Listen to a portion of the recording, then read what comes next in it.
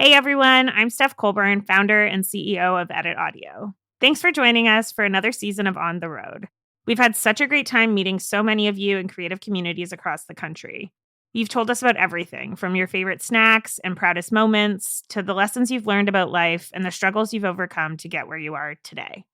Our upcoming season was recorded live from Podcast Movement in Dallas, Texas. We were initially really excited about being there and connecting with our pals in the industry, but things got a little weird this year. We were already feeling uneasy about heading to Texas during a year where the rights of trans and LGBTQ plus folks have been so aggressively under attack. And then on day one, we arrived at the conference center and were immediately stunned to see a huge booth for the Daily Wire. You know, the conservative media company known for spreading misinformation and publishing pieces that deny things like climate change exist. They had a huge booth at the front of the festival featuring the face of none other than Canada's own wet diaper in residence, Jordan Portapotty. You know, the guy who believes it's a bad idea to protect trans kids in our Charter of Rights and Freedoms. And then to make matters worse, Daily Wire's co-founder, Ben Shapiro, was on site for the event to take photos with attendees, and he didn't have a badge. This is a guy who says homosexuality is a sin and should be classified as a mental illness.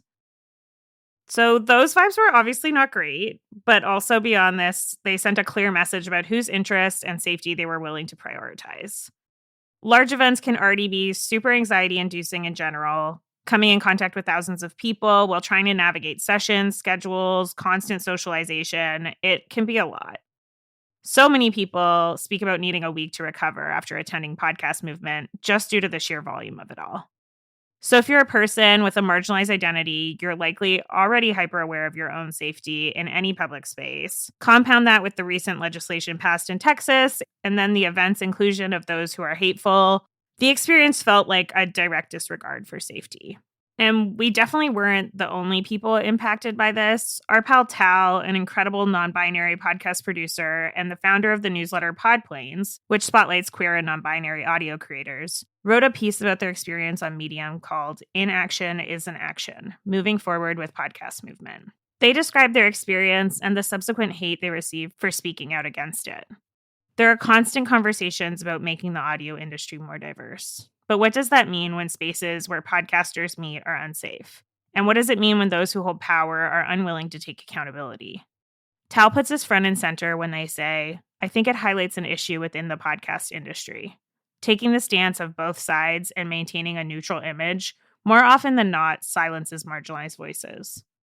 So with all this in mind, here's this season of On the Road, highlighting some of the voices that were in attendance this year. And with all that happened there, we will likely not be traveling down that road again, especially with financial support.